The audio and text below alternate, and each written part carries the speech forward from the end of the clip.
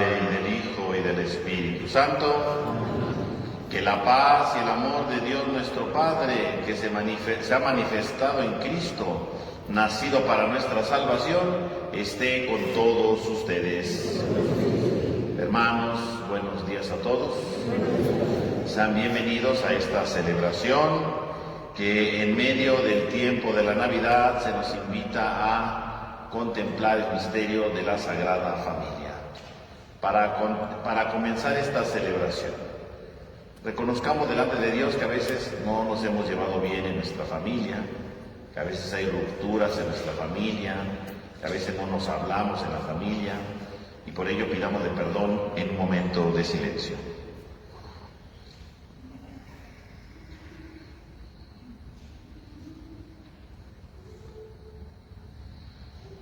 Yo confieso ante Dios Todopoderoso y ante ustedes, hermanos, que he pecado mucho de pensamiento, palabra, obra y omisión, por mi culpa, por mi grande culpa.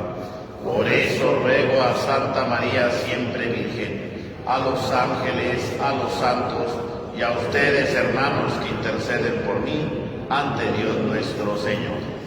Dios Todopoderoso tenga misericordia de nosotros, perdone nuestro pecado y nos lleve a la vida eterna.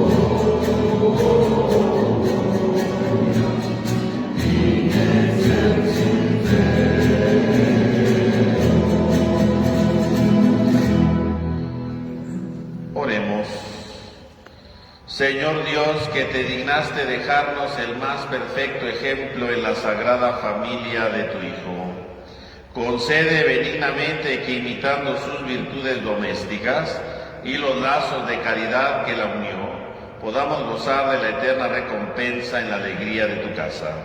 Por nuestro Señor Jesucristo, tu Hijo, que vive y reina contigo en la unidad del Espíritu Santo y de Dios, por los siglos de los siglos. Amén. Tenga la bondad de tomar asiento, hermano, por favor.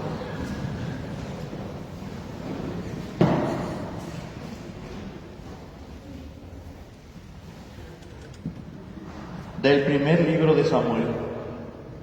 En aquellos días, Ana concibió, dio a luz un hijo y le puso por nombre Samuel, diciendo: al Señor se lo pedí. Después de un año, Elcana, su marido, subió con toda la familia para hacer el sacrificio anual para honrar al Señor y cumplir la promesa que habían hecho. Pero Ana se quedó en su casa. Un tiempo después, Ana llevó a Samuel, que todavía era muy pequeño, a la casa del Señor, en Silo, y llevó también un ovillo de 3 meses, un costal de harina y un odre de vino. Una vez sacrificado el novillo, Ana presentó al niño a Elí y le dijo: escúchame, Señor, te juro por mi vida que yo soy aquella mujer que estuvo junto a ti en este lugar orando al Señor. Este es el niño que le pedí al Señor y el que me ha concedido. Por eso, ahora, yo se lo ofrezco al Señor para que le quede consagrado de por vida, y adoren al Señor. Palabra de Dios.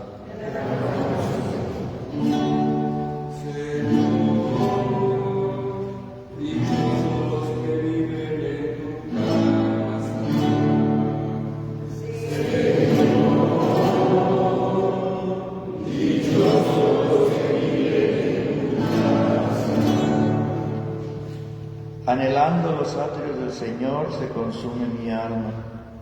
Todo mi ser de gozo se estremece al Dios vivo. El Dios vivo es la causa.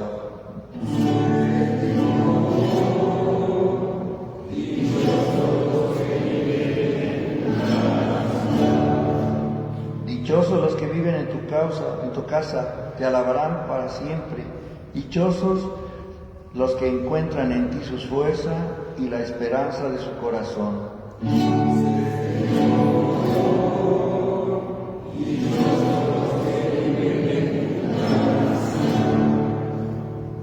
Escucha mi oración, Señor de los ejércitos, Dios de Jacob, atiéndeme. Míranos, Dios y protector nuestro, y contempla el rostro de tu Mesías.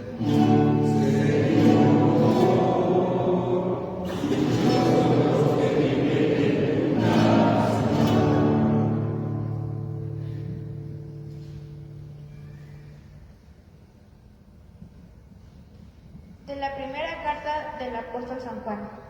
Queridos hijos, miren cuánto amor nos ha tenido el Padre, pues no solo nos llamamos hijos de Dios, sino que lo somos. Si el mundo no nos reconoce, es porque tampoco lo ha reconocido a Él.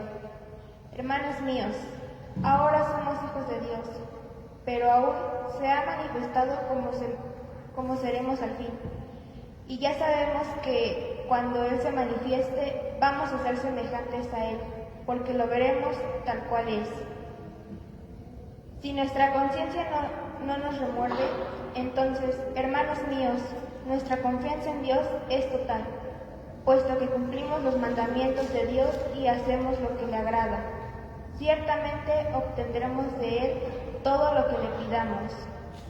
Ahora bien, este es un mandamiento, que creamos en la persona de Jesucristo, su Hijo, y nos amamos los unos a los otros, conforme al precepto que nos dio. Quien cumple sus mandamientos pertenece a Dios, y Dios en él. En esto conocemos que por el Espíritu que Él nos ha dado, que Él permanece en nosotros. Palabra de Dios.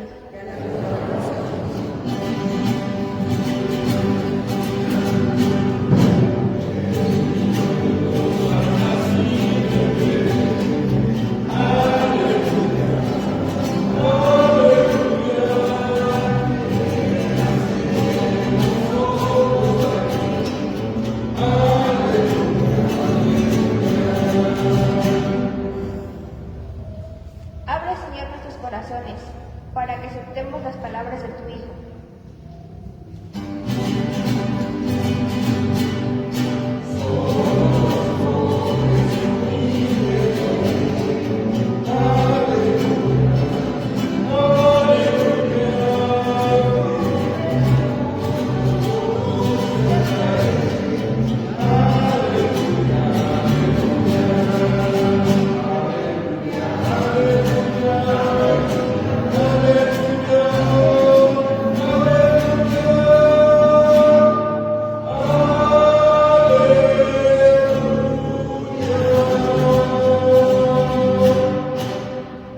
Que el Señor esté con ustedes. Lectura del Santo Evangelio según San Lucas. Los padres de Jesús solían ir cada año a Jerusalén para las festividades de la Pascua. Cuando el niño cumplió 12 años, fueron a la fiesta según la costumbre. Pasados aquellos días se volvieron, pero el niño Jesús se quedó en Jerusalén, sin que sus padres lo supieran. Creyendo que iba en la caravana, hicieron un día de camino. Entonces lo buscaron y al no encontrarlo regresaron a Jerusalén en su busca. Al tercer día lo encontraron en el templo, sentado en medio de los doctores, escuchándolos y haciéndoles preguntas. Todos los que lo oían se admiraban de su inteligencia y de sus respuestas. Al verlo sus padres quedaron atónitos y su madre le dijo: Hijo mío, ¿por qué te has portado así con nosotros? Tu padre y yo te hemos estado buscando llenos de angustia. Él le respondió: ¿por qué me andaban buscando? ¿No sabían que debo ocuparme de las cosas de mi padre? Ellos no entendieron la respuesta que les dio.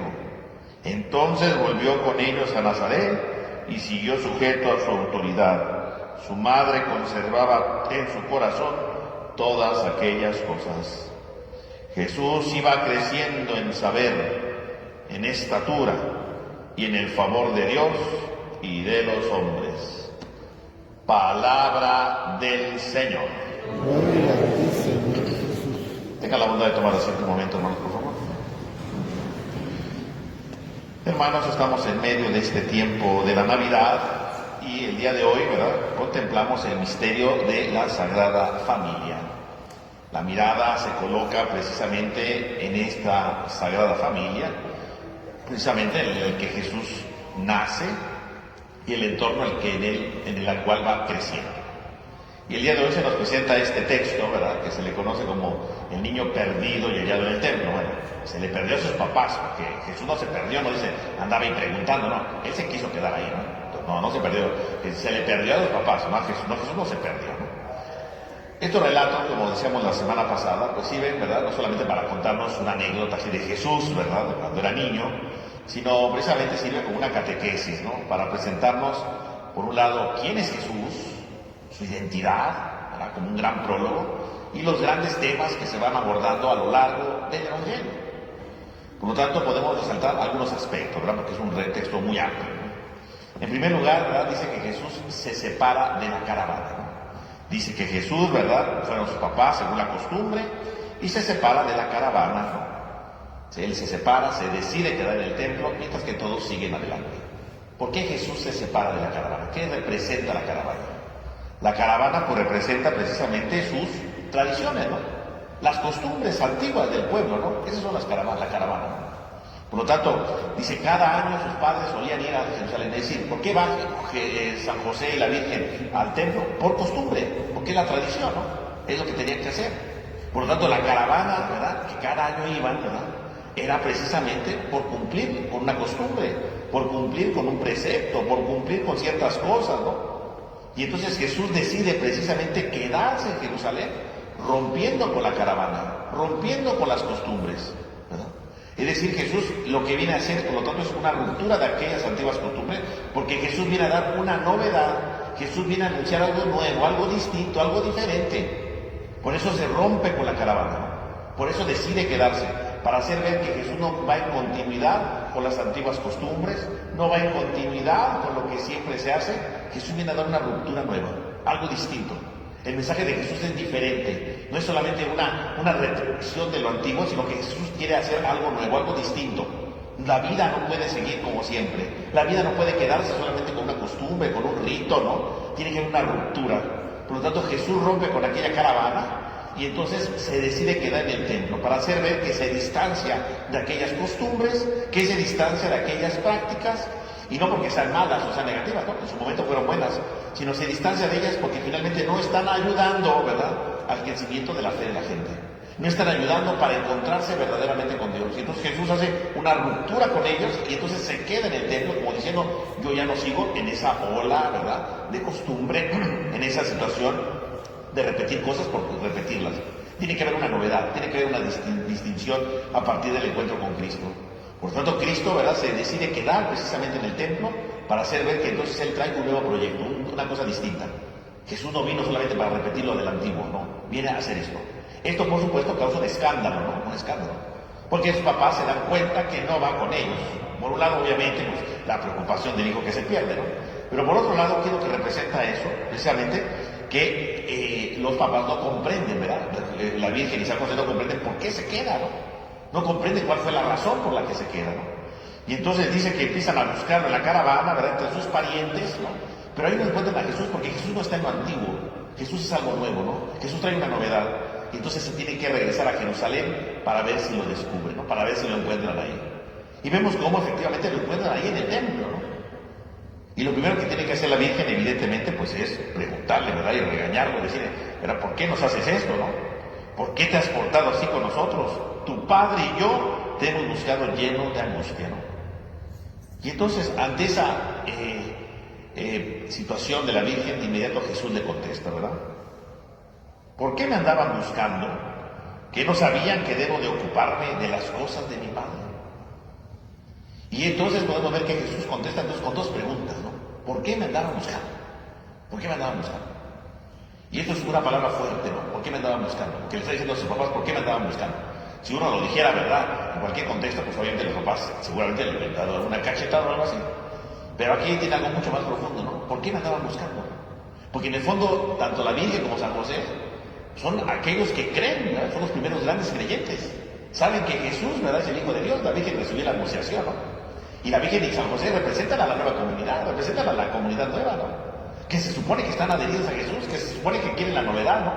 Y entonces cuando dice, ¿por qué me estaban buscando?, es, ¿cómo es posible que ustedes, que saben la novedad, me anden buscando? ¿Cómo es posible que ustedes, que se supone que han conocido las cosas, me anden buscando? ¿Cómo es posible que me andaban buscando? O sea, la pregunta de Jesús es no solamente si lo deben buscar o no, sino ¿por qué?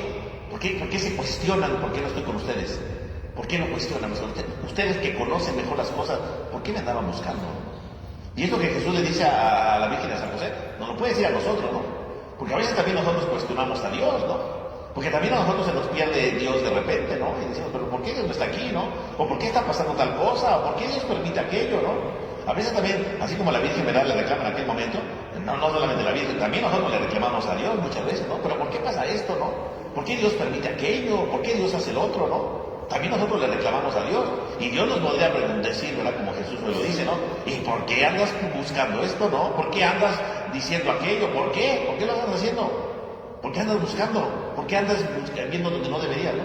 Si se supone que es obvio, ¿no? Se supone que tú lo sabes, ¿no? Porque a veces nos cuestionamos muchas cosas y nos quejamos con Dios de cosas, nos quejamos de que Dios permite tal cosa. Pero ¿por qué andas buscando? ¿Qué no lo escuchaste cada domingo en el Evangelio? ¿Que no cada domingo venías y escuchabas la palabra? ¿Que no se supone que haces tu oración? Entonces, ¿por qué no andas buscando? Porque a veces nos cuestionamos cosas que se supone que ya sabemos, ¿no? A veces nos quejamos con Dios de cosas que ya sabemos, que tenemos que hacer o que tienen que suceder. Y a veces nos estamos quejando de cosas que ya conocemos. Por eso Jesús dice, ¿por qué me andaban buscando? O sea, ustedes son los primeros que saben, ¿no? Ustedes son los primeros que conocen las cosas, la situación. ¿Cómo es posible que ustedes me anden buscando? ¿Cómo es posible? Se supone que ustedes saben. A lo mejor si me buscaran otros, bueno, pues que me busquen, ¿no? Pero ustedes me andaban buscando, ustedes que son los que saben. Ustedes que conocen las cosas, me andan buscando. Y a veces efectivamente buscamos a Dios, nos andamos quejando con Dios, hacemos tantas cosas y no estamos atentos a lo que Dios nos dice. A veces sabemos lo que tenemos que hacer y aún así nos estamos quejando, ¿no? A veces sabemos lo que Dios nos pide porque conocemos el Evangelio, porque hemos escuchado muchas veces el Evangelio y a veces nos estamos quejando. Por eso dice Jesús, ¿por qué me andaban buscando? No se supone que tú ya sabes, ¿no? Quiere decir que no has entendido bien la palabra, ¿no? Quiere decir que no has comprendido bien el proyecto, quiere decir que no te has abierto bien a la novedad, ¿no? ¿Por qué me andabas buscando? ¿Qué no sabías que debo de estar en las cosas de mi Padre? Y entonces Jesús de inmediato, ¿verdad? Dice, ¿por qué estoy aquí? Una sencilla razón, tengo que estar en las cosas de mi Padre. Tengo que estar aquí unido con el Padre, ¿no? Eso es lo importante, ¿no? Tengo que estar con el Padre. Y esto es entonces la clave de todo. Porque toda la vida de Jesús, todo el ministerio de Jesús está englobado en el Padre, ¿no? Porque si ustedes se dan cuenta, estas palabras que Jesús está diciendo ahorita son las primeras palabras de Jesús en el Evangelio. Estas son las primeras palabras. Es lo primero que él dice. ¿Por qué me andaban buscando? ¿No sabías que tengo que estar en las cosas de mi Padre? Estas son las primeras palabras. Y justamente, ¿cuáles son las últimas palabras de Jesús, ¿verdad? En su ministerio cuando está en la cruz. Padre, en tus manos encomiendo mi espíritu, Padre. Fíjese cómo las primeras palabras se refieren al Padre, estar en las cosas de mi Padre, y las últimas palabras son Padre, en tus manos. Todo está en el Padre. Toda la misión, toda la orientación, todo el ministerio de Jesús está orientado hacia el Padre, desde su primera palabra hasta su última palabra en la cruz, ¿no? Ya en la resurrección, obviamente es otras cosas, pero hablamos de todo su ministerio, no público, ¿no? Antes de la resurrección. Todo empieza con la primera palabra que refiere al Padre y la última palabra va referida al Padre. ¿Qué está diciendo Jesús? Toda mi misión, toda mi vida está orientada hacia el Padre. Todo tiene sentido desde el Padre.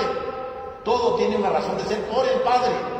Es el Padre quien da sentido a la vida. Es el Padre el que da orientación a la historia. Es el Padre el sentido de todo. Es el Padre la finalidad de la historia. Es el Padre. Tengo que estar en las cosas de mi Padre. Dando a entender que entonces la misión de Jesús, ¿verdad? Su vocación es otra cosa, sino vivir precisamente unido con el Padre. Estar preocupado por las cosas del Padre, ¿no? Vivir en esa relación profunda con el Padre. Es lo que debe de interesar, ¿no? No tendría que haber otra preocupación más grande, sino vivir precisamente en esa orientación hacia el Padre, ¿no? Es lo fundamental. Todo tendría que estar orientado hacia el Padre, ¿no? No sabían que tengo que estar en las cosas de mi Padre. Por lo tanto, mis hermanos, podemos pensar efectivamente hasta qué punto nosotros estamos en las cosas del Padre. Hasta qué punto nosotros nos movemos en las cosas del Padre. Hasta qué punto nosotros nos movemos en lo que el Padre necesita. Porque a veces nada más nos orientamos a lo que nos gusta, a lo que nos conviene, a lo que nos favorece, pero no las cosas del Padre. ¿Por qué la Virgen y San José están buscando a Jesús? Porque no han entendido cuáles son las cosas del Padre, ¿no? ¿Por qué a veces nos quejamos con Dios? Porque a lo mejor no hemos entendido las cosas del Padre. ¿Por qué a veces dudamos y se tambalea nuestra fe? Porque no estamos en las cosas del Padre. Estamos en muchas cosas, menos en la del Padre, menos en lo que el Señor nos propone, menos en lo que el Señor quiere, ¿no? Y efectivamente a veces las cosas del Padre son desconcertantes, ¿no? A veces las cosas del Padre nos cuestionan y nos quedan sus dos opciones, ¿verdad? O tomar la primera actitud de la Virgen, que es reclamar, o la segunda, porque no se queda la Virgen nada más reclamando, ¿verdad? ¿Cuál es la segunda actitud de la Virgen? Su madre conservaba en su corazón todas aquellas cosas. O sea, finalmente, ¿qué hace la Virgen cuando le dice eso a Jesús? Pues efectivamente se queda estupefacta, ¿verdad? Se queda sorprendida de lo que dice Jesús. Lo único que le queda ahora es conservarlo, ¿verdad? Tratar de entender cuáles son las cosas del Padre. ¿Cuáles son esas cosas? Porque lo importante no es ¿por qué me lo hiciste? Que es la primera pregunta, ¿no? La segunda actitud, ¿cuál es? ¿Para qué lo hizo? Lo conserva en su corazón, como diciendo, ¿para qué lo hizo? ¿Cuál es la orientación de esto? ¿Cuál es el sentido de esto, no? Porque a veces nosotros queremos que nos expliquen por qué pasan las cosas, por qué sucedió aquello, ¿verdad? ¿Por qué Dios lo permitió? No, no. Tenemos que ser como la Virgen, guardarlo en el corazón y decir, no por qué, sino ¿para qué? ¿Hacia dónde va dirigido esto? ¿Hacia dónde debo de caminar? ¿Hacia dónde debo de encaminarme? Y eso solamente se da cuando se conservan las cosas en el corazón, cuando lo guardamos en lo más profundo de nuestro ser, cuando no nos quedamos, ¿verdad?, cuestionando al otro, sino nos quedamos cuestionando a nosotros mismos, descubriendo las cavidades más profundas de nuestra vida para saber cuál es el sentido de las cosas. ¿Para qué? No es lo mismo el por qué que el para qué. No es lo mismo por qué lo permite que para qué se permite. Y entonces la Virgen María, cuando escucha esto, evidentemente, ¿por qué lo estoy buscando, verdad? ¿Cuáles son las cosas del Padre? La Virgen prefiere mejor conservarlo, porque en ese momento no lo entiende. Y a veces efectivamente hay cosas en nuestra vida que no entendemos. A veces en nuestra vida hay cosas que no sabemos hacia dónde van, que no sabemos cómo orientarlas en la vida. Y a veces hay que ser como la Virgen y guardarla en el corazón. ¿Para qué? ¿Para qué está sucediendo eso? Y a lo mejor no lo puedo descubrir hoy, a lo mejor pasará el tiempo, y con el tiempo descubriré Y en lugar de renegar, en lugar de quejarnos, en lugar de criticar, el para qué, ¿no? Para ir descubriendo precisamente cuál es la voluntad de Dios en medio de nuestra vida. Por lo tanto, mis hermanos, entonces el día de hoy este texto nos presenta justamente el para qué, ¿no? El sentido de las cosas del Padre. El tiempo de la Navidad es contemplar efectivamente a Jesús que se hace niño. ¿Que se hace niño para qué? Para contemplar el crecimiento de este niño y contemplar entonces el crecimiento también de nuestra relación con Él, para transformarnos y dejarnos animar por Él. Y en ese mismo sentido, mis hermanos, pues hoy, ¿verdad?, en general, en la Iglesia Universal, se celebra el inicio del año jubilar, ¿no? El pasado 24 por la noche, ¿verdad?, el Papa Francisco abría la Puerta Santa, inauguraba el año jubilar, y hoy, que es 29, ¿verdad?, en todas las iglesias particulares de todo el mundo, también se inaugura el año jubilar, ¿no? ¿Qué es un año jubilar? Pues un año de gracia, que es justamente lo que Jesús dice, estar en las cosas del Padre. Eso es el año jubilar, ¿no? Estar en las cosas del Padre. Porque en el fondo, ¿qué es un año jubilar? Pues un año de gracia, un año, ¿verdad?, para reconciliarnos con Dios, para recordar que tenemos que reconciliarnos, ¿no? Que a veces vamos pasando por la vida y se nos olvida que tenemos que reconciliarnos. Es un año en el que se dan indulgencias, ¿verdad?, que no son salvaciones mágicas, ¿verdad?, sino una indulgencia es el perdón de las penas temporales, ¿verdad? Pero sobre todo, ¿para qué? Para estar en las cosas del Padre. Lo que dice Jesús, ¿no? Se inaugura muy bien hoy con este texto, ¿no? Hay que estar en las cosas del Padre. Y el año jubilar, por lo tanto, es justamente eso, ¿no? Recordar que tenemos que estar en las cosas del Padre. Va a durar un año, ¿verdad? Hoy se inaugura aquí en nuestra diócesis y en todas las diócesis del mundo el año jubilar. Terminará el próximo año, ¿verdad? El próximo 28 de diciembre con la fiesta de la Sagrada Familia de nuevo, ¿verdad? Concluirá, ¿verdad?, el año jubilar de la diócesis. Y entonces es todo un año, ¿verdad?, para reflexionar, para recordar que tenemos que estar en las cosas del Padre, para recordar que tenemos que vivir unidos con el Padre, para recordar que tenemos que reconciliarnos con el Padre. Porque eso es el año jubilar, ¿no? ¿Cuánto se celebra un año jubilar? Pues cada 25 años, ¿no? Antiguamente era cada 50, ahora son cada 25, para que por lo menos alguna vez en la vida le toque a alguien. ¿Cuándo fue el pasado año jubilar? En el 2000, ¿no? Y el anterior en el 1975. En 1975 no tenía ni idea de nada, ¿verdad? Estaba en otro mundo yo, ¿verdad? En el año 2000, pues más o menos me acuerdo, más o menos lo viví, ¿verdad? Fue cuando entré al seminario, ¿no? Y ahora viene el 2025, ¿no? ¿Cuándo va a ser el próximo? 2050, quién sabe si estemos vivos, ¿no?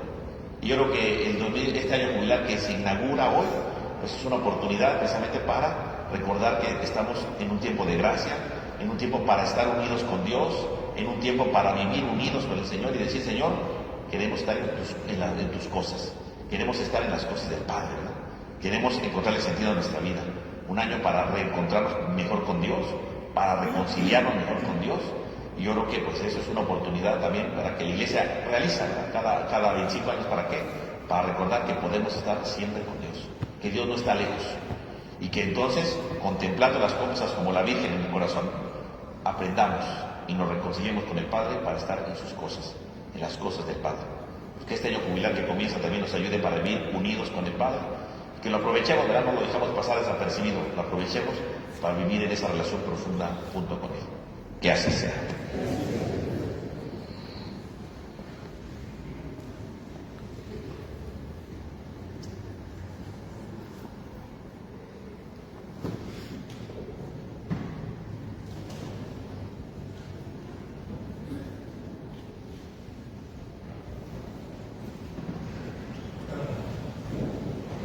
Hermanos, decimos juntos, creo en un solo Dios, Padre Todopoderoso, Creador del cielo y de la tierra, de todo lo visible y lo invisible. Creo en un solo Señor Jesucristo, Hijo único de Dios, nacido del Padre antes de todos los siglos. Dios de Dios, luz de luz, Dios verdadero de Dios verdadero, engendrado, no creado, de la misma naturaleza del Padre por quien todo fue hecho, que por nosotros los hombres y por nuestra salvación bajó del cielo. Y por obra del Espíritu Santo se encarnó de María la Virgen y se hizo hombre. Y por nuestra causa fue crucificado en tiempo de Poncio Pilato. Padeció y fue sepultado. Y resucitó al tercer día según las Escrituras y subió al cielo. Y está sentado a la derecha del Padre. De nuevo vendrá con gloria para juzgar a vivos y muertos y su reino no tendrá fin. Creo en el Espíritu Santo, Señor y dador de vida, que procede del Padre y del Hijo, que con el Padre y el Hijo recibe una misma adoración y gloria, y que habló por los profetas. Creo en la Iglesia que es una, santa, católica y apostólica. Confieso que hay un solo bautismo para el perdón de los pecados. Espero la resurrección de los muertos y la vida del mundo futuro. Ahora, hermanos, reunidos con la familia de Nazaret, modelo e imagen de la nueva humanidad, elevemos nuestra oración al Padre para que todas las familias se conviertan en lugares de crecimiento, en sabiduría y en gracia. Y digamos a cada intención: Padre, escúchanos. Por la Santa Iglesia de Dios, para que manifieste en sí misma y en sus relaciones con el mundo el rostro de una verdadera familia que sabe amar, dar y perdonar. Oremos. Por la familia, iglesia doméstica, para que inspire en los cercanos y lejanos la confianza en la providencia que ayuda a recibir y a promover el don de la vida. Oremos. Por los padres e hijos, para que en una comprensión profunda y en un intercambio mutuo puedan construir una auténtica comunidad doméstica que crezca en la fe y el amor. Oremos. Por los novios, para que en la realidad única e irrepetible de su amor experimenten la presencia de Dios Padre, que los unió y los guiará siempre en cada momento de sus vidas. Oremos. Por las nuevas familias, para que tengan un hogar feliz y acogedor, en el que nunca falten la salud, la serenidad y la capacidad de difundir el mensaje de esperanza y de paz. Oremos. Padre, escúchanos. Dios nuestro, que en Jesús, María y José nos diste la imagen viva de tu eterna comunión de amor, renueva las maravillas de tu Espíritu en cada hogar, para que nuestras familias puedan experimentar la continuidad de tu presencia. Por Jesucristo nuestro Señor. Tenga la bondad de tomar asiento, hermanos.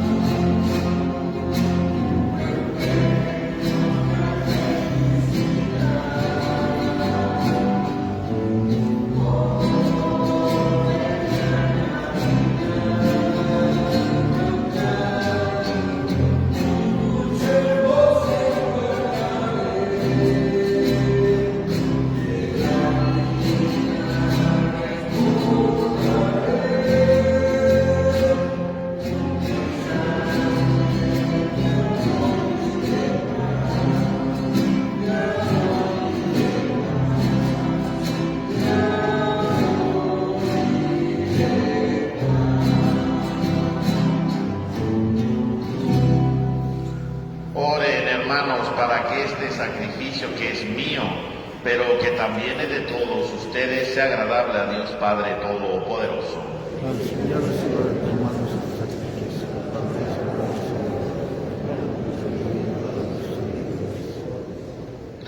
Te ofrecemos, Señor, este sacrificio de reconciliación y te pedimos humildemente que por la intercesión de la Virgen Madre de Dios y de San José fortalezcas en nuestras familias con tu gracia y paz.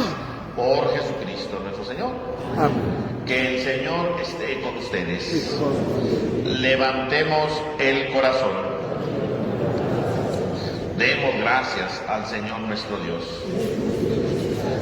En verdad es justo y necesario, en nuestro deber y salvación, darte gracias siempre y en todo lugar, Señor Padre Santo, Dios Todopoderoso y Eterno, por Cristo Señor nuestro, quien en el misterio santo que hoy celebramos, siendo invisible en su naturaleza divina, se hizo visible al asumir la nuestra, y engendrado antes de todo tiempo, comenzó a existir en el tiempo para devolver su perfección a la creación entera, reconstruyendo en su persona cuanto en el mundo yacía derrumbado, y para llamar de nuevo al hombre caído al reino de los cielos.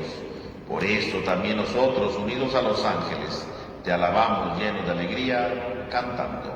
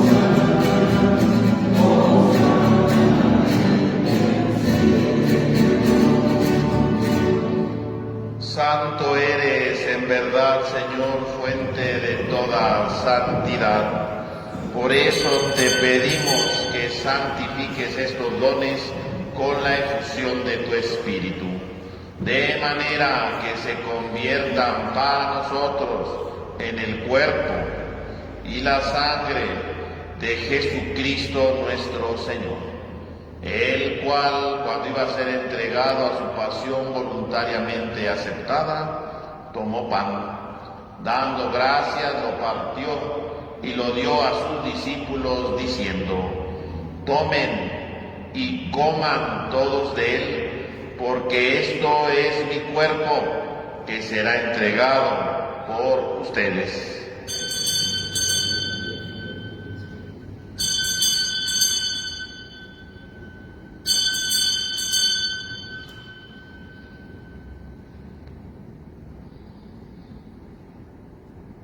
Del mismo modo, acabada la cena, tomó el cáliz. Dando gracias de nuevo, lo pasó a sus discípulos diciendo: tomen y beban todos de él, porque este es el cáliz de mi sangre, sangre de la alianza nueva y eterna, que será derramada por ustedes y por muchos para el perdón de los pecados.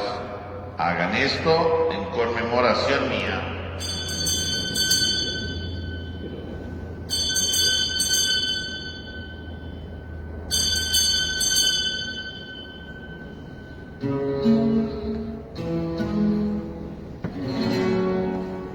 Este es el sacramento de nuestra fe.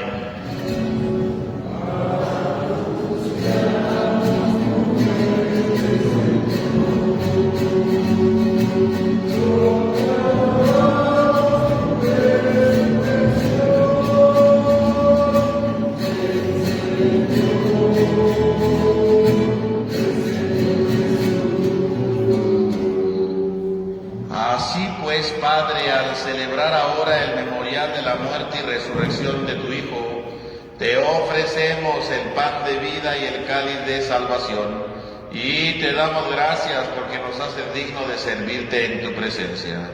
Te pedimos humildemente que el Espíritu Santo congregue en la unidad a cuantos participamos del cuerpo y sangre de Cristo. Acuérdate, Señor, en tu iglesia extendida por toda la tierra y reunida aquí en el domingo, en el día santísimo en el que la Virgen María dio a luz al Salvador del mundo, y con el Papa Francisco, nuestro obispo Jorge y todos los pastores que cuidan de tu pueblo, llévala a su perfección en la caridad. Acuérdate también de nuestros hermanos que durmieron en la esperanza de la resurrección, y de todos los que han muerto en tu misericordia, admítelos a contemplar la luz de tu rostro. Ten misericordia de todos nosotros, y así con María, la Virgen Madre de Dios, San José su esposo, los apóstoles, y cuantos vivieron en tu amistad a través de los tiempos, merezcamos por tu Hijo Jesucristo compartir la vida eterna y cantar tus alabanzas. Por Cristo, con Él y en Él, a ti Dios Padre omnipotente, en la unidad del Espíritu Santo, todo honor y toda gloria por los siglos de los siglos. Fieles a la recomendación del Salvador y siguiendo su divina enseñanza, nos atrevemos a cantar.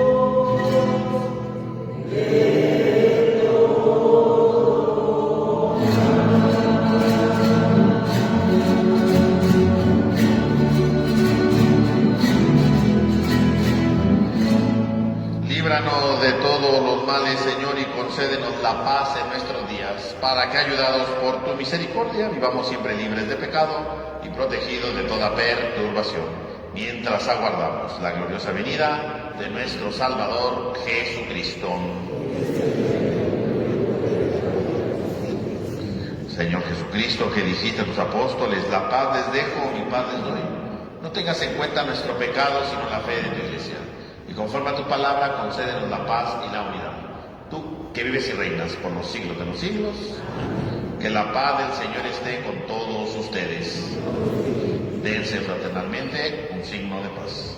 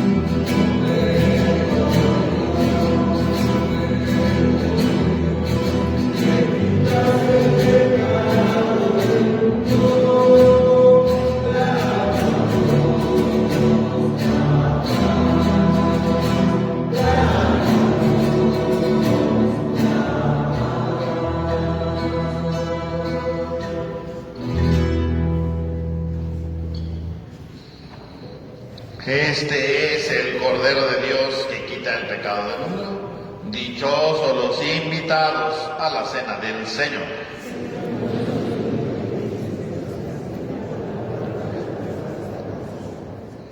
Para recibir la comunión, hacemos dos filas en el pasillo central, por favor.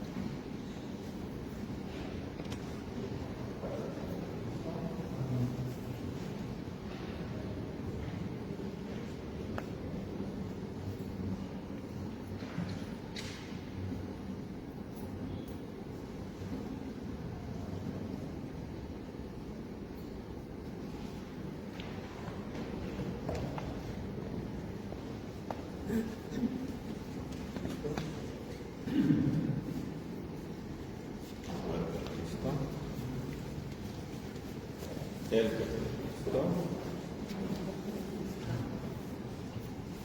El Cristo.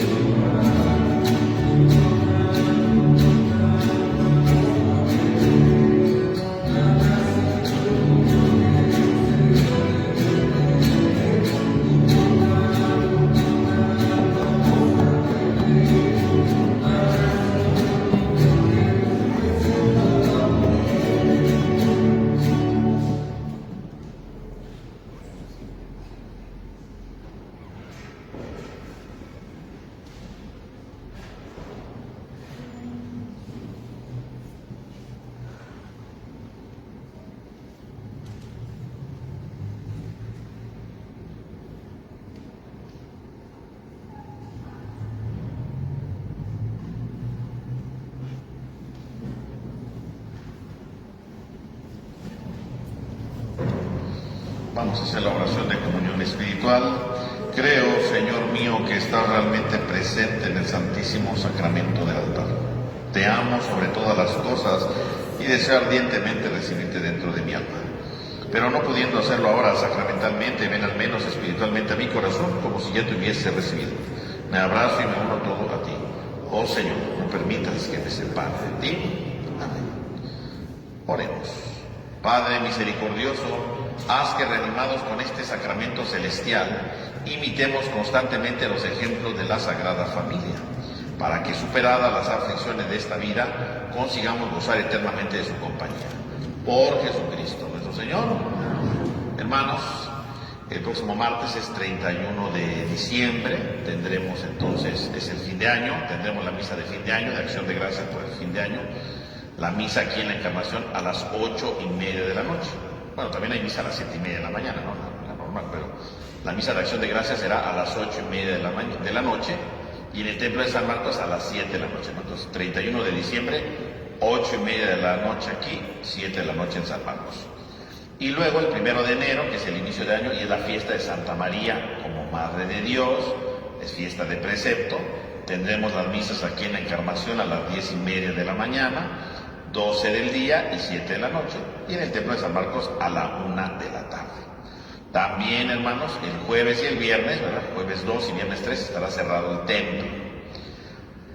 Va a iniciar también una catequesis para adultos, ¿verdad? Que no tengan los sacramentos de iniciación, ¿no? Entonces va a iniciar el próximo 14 de enero, ¿no? Hay que inscribirse, ¿verdad? Por internet, ahí en la página de Facebook está bueno, como un póster, ¿verdad? Ahí viene un código y ahí pueden ustedes inscribirse. Va a ser todo en línea, ¿verdad? Y entonces las inscripciones se cierran el 12 de enero, ¿no? Entonces, si hay algún adulto que no tenga los sacramentos de iniciación cristiana, ¿verdad? Y los quiera recibir ahora en Semana Santa, bueno, pues entonces puede inscribirse ahí, ¿verdad? Y también les recuerdo, hermanos, que seguimos en el tiempo del diezmo, ¿no? Esta colaboración es que hacemos una vez al año con nuestra diócesis de Iztapalapa, ¿verdad? Que es necesaria, ¿verdad? Para su mantenimiento, para su apoyo. Entonces, si alguien quiere dar el diezmo, me lo puede dar a mí o lo puede depositar en aquella alcancía que dice diezmo. Si alguien quiere su sobre, lo puede pedir allá a la salida. Que el Señor esté con ustedes. Y la bendición de Dios Todopoderoso, Padre, Hijo y Espíritu Santo, descienda sobre todos ustedes. Hermanos, podemos ir en paz. Que tengan todos ustedes un feliz domingo, una semana llena de Dios y un bendecido inicio de año.